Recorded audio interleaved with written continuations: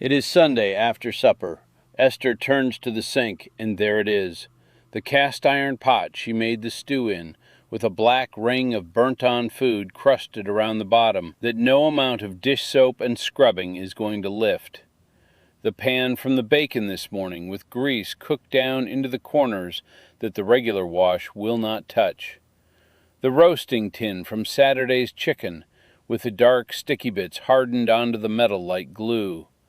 2 hours of standing at the sink, the hot water running, the fingernails breaking, and at the end of it half the pots are still not clean and the other half have scratches in them from where she scrubbed too hard trying to get them so. You walk into any grocery store in this country and the cleaning aisle has the answer. Bottles of branded oven cleaner, cans of foaming pot scrubber, jugs of degreaser, bags of scouring powder, special sponges, special pads, special sprays, $8 here, $12 there, $4 for a single can that lasts a month. A working kitchen runs through $40, $50 of branded cleaners a year, and most of them are some version of the very same simple chemistry, dressed up in a fancy bottle with a brand name on the front of it. Now I want you to sit with this. There is a paste you can mix in a bowl in your own kitchen in 2 minutes with 4 ingredients you almost certainly already have in the pantry that costs about $1 to make, that fills a jar which will last you many months, and that does every single one of those jobs. It strips the burnt pots, lifts the cooked-on grease, shines the stainless steel, scours the sink, cleans the inside of the microwave, scrubs the bathroom fixtures, and even brings the shine back to your silverware. 1 paste, 4 ingredients, $1, and it replaces a whole shelf of branded products. And the recipe is not new. I did not invent it.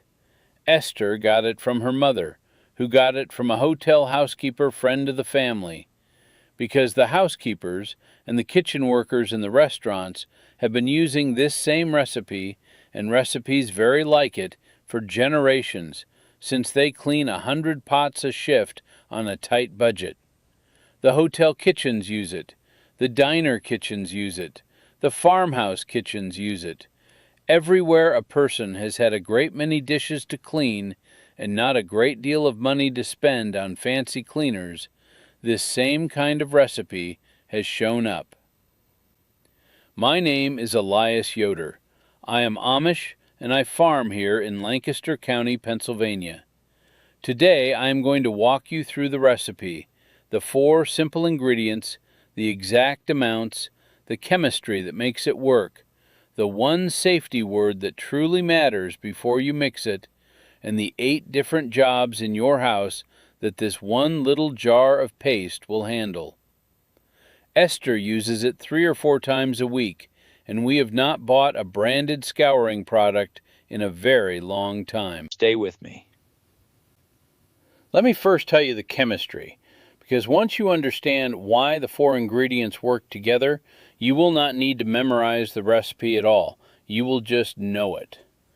The job of any cleaner is to do 4 things at once: break up the grease, lift the dirt off the surface, scrub away what is stuck, and rinse clean.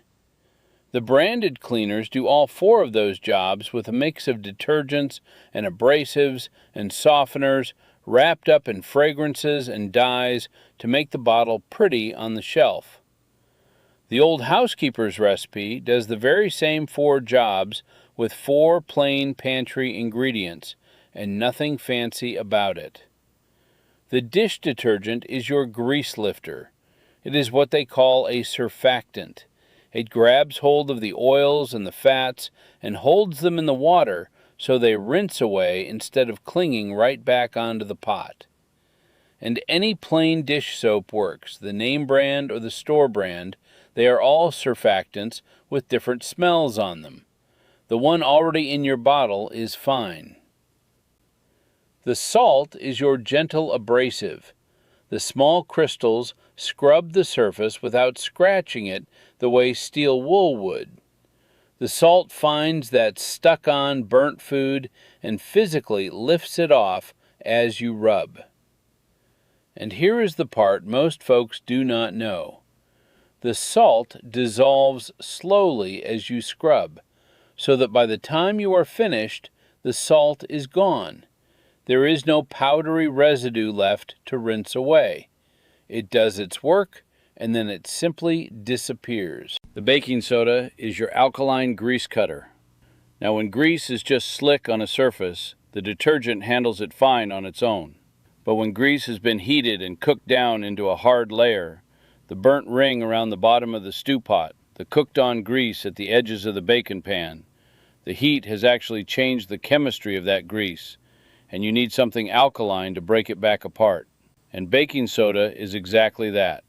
It quietly turns the cooked-on grease back into something the soap and the salt can lift away. And it is a natural deodorizer besides, which is the same reason a box of it sits in your icebox soaking up the smell. And the warm water is your carrier. It thins the paste just enough to spread, and it is warm enough to help the chemistry along, but not so thin that the paste runs right off the surface before it has had time to do its job. Put the 4 of them together, and they do exactly what a $15 bottle of branded pot scrubber does. Lift, break, scrub, rinse. Same order, same result. Now let me give you the exact recipe. The whole batch costs about $1.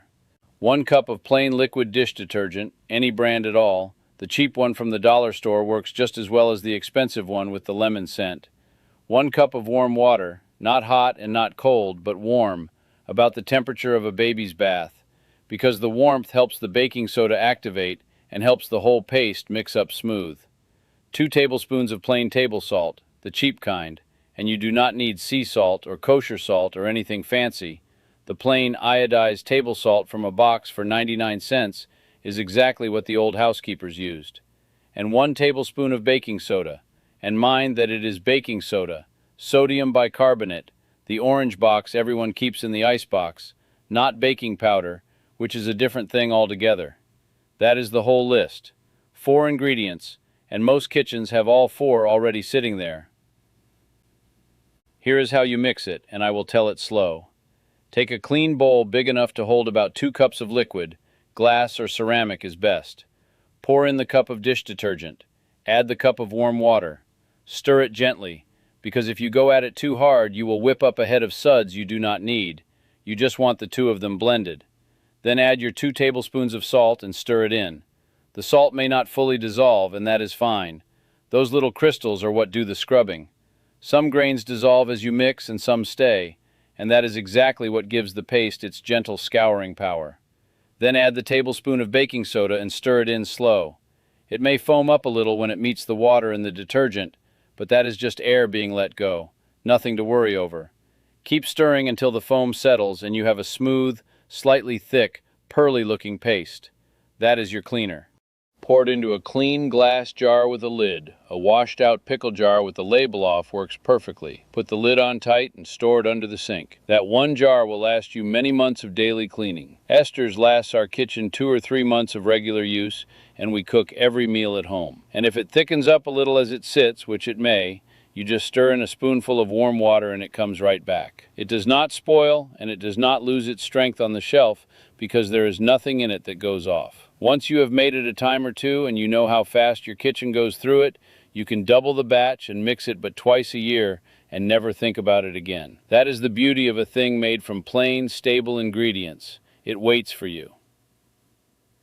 And let me give you 2 small tips that make it work better, because they are the difference between a cleaner that impresses you and one that only half does the job. The first, for a truly stubborn burnt pot, mix your batch a little thicker, use a touch less water, so the paste sits up on the burnt ring and clings to it instead of sliding down to pool in the bottom. A thick paste stays where you put it and works the whole time it sits. And the second, warm the pot a little before you treat it. Not hot, just warm to the hand. The same way warm iron lets go of what is stuck to it, A warm pot lets the paste get down under the burnt layer far better than a cold one does. Those two small things, a thicker mix and a warm pot, and even the black bottom of a forgotten stew pot gives up in one sitting. Now the safety word, plainly, because this one matters and a person could genuinely hurt themselves not knowing it. The one safety word with this recipe, and with every homemade cleaning recipe there is never mix it with bleach. Not the paste in the jar, not the surface you are cleaning, not the rinse water afterward. Never. And here is why. Bleach, mixed with any cleaner that contains ammonia or vinegar or certain alkaline compounds, releases chlorine gas, a poison gas that has killed people in their own kitchens. This is not some theory. Every year, there are real stories of folks who poured bleach into a sink that still had another cleaner in it, and the gas overcame them in seconds. Now, this recipe by itself contains no bleach and is perfectly safe on its own.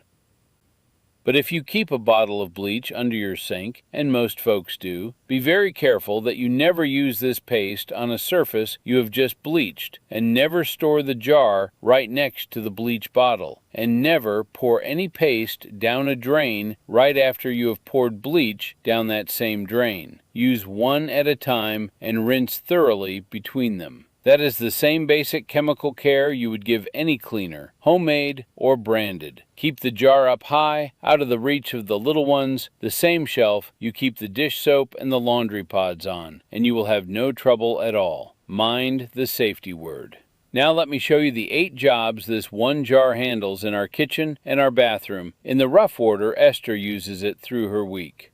The first, and the headline, is burnt pots and pans. This is where the paste truly shines. You spoon a good generous tablespoon of paste onto the burnt area of the pot, add just enough warm water to wet it down, and let it sit 10 or 15 minutes. And you go do something else. Do not stand over it. Then you come back and scrub with a sponge or a soft brush, and you watch that burnt ring come off. Most pots come clean in one round. The very worst, the bottom of the stew pot that got forgotten on the wood stove, might take a second treatment. But a pot the branded scouring powder could not touch, this paste lifts in 15 minutes. The second, cooked on grease. The bacon pan, the roasting tin, the cast iron when it needs a deep clean. You spread the paste over the grease, let it sit a few minutes, and scrub it off. The baking soda breaks the cooked grease. The salt lifts the residue. The detergent rinses it all clean away. The third, the kitchen sink. Sprinkle a little paste around the sink, scrub with a sponge, and rinse. A stainless sink comes back to a shine, and a porcelain one brightens up and stops holding that gray film of old cleaner. Once a week, and the sink looks like the day it was put in. The fourth, the stovetop. Around the burners where the spatters cook on hard. A small bit of paste on a cloth, scrub gently, wipe off with a damp rag, and the cooked on spots lift right up. Do not use it inside a gas burner head. That is a separate job. But the cooktop surface, the trays around the burners, the backsplash, all of that is the paste territory. The fifth, the inside of the microwave. The spatters and dried food on the walls of it. A dab of paste on a damp sponge, wipe it gently, then go over it with a clean, wet cloth to rinse. Easier than the special microwave cleaners and a good deal cheaper. The sixth, plastic plates and cups gone stained from oil or sauce. That orange stain the spaghetti sauce leaves in a plastic container, or the greasy film inside a bowl the dishwasher never quite lifted. A little paste scrubbed in, rinsed off, and the plastic comes back very near to new. The seventh, silverware and stainless utensils gone dull. The forks and spoons that have lost their shine over the years. A little paste on a soft cloth, a gentle rub, a rinse in warm water, and a dry with a soft cloth, and the shine comes right back. And the eighth, the bathroom. The sink, the tub, the tile around the fixtures. Same as the kitchen sink. Sprinkle, scrub, rinse. It takes off the soap scum, brightens the porcelain, and freshens the drain. 8 jobs, 1 jar, $1. I will tell you a short story on this paste, because it is the reason Esther swears by it. Years back, before we were married, her mother scorched a big pot of apple butter clean to the bottom, a whole afternoon's work of stirring gone black and hard as tar in the bottom of the good copper kettle, the kind of ruin that would make a woman sit down and cry. And her mother had already decided the kettle was finished, that it would go out to the barn to hold nails. But the old housekeeper friend was visiting that very week, and she took one look at it, and she did not fuss, and she did not scrub for 2 hours. She spooned this paste onto the black, thick, and she let it sit while she and Esther's mother had their coffee and their visit, a good half-hour of talking, and then she went back and wiped it, and the burnt apple butter came up off the copper in dark sheets, and underneath it the kettle was bright as a penny.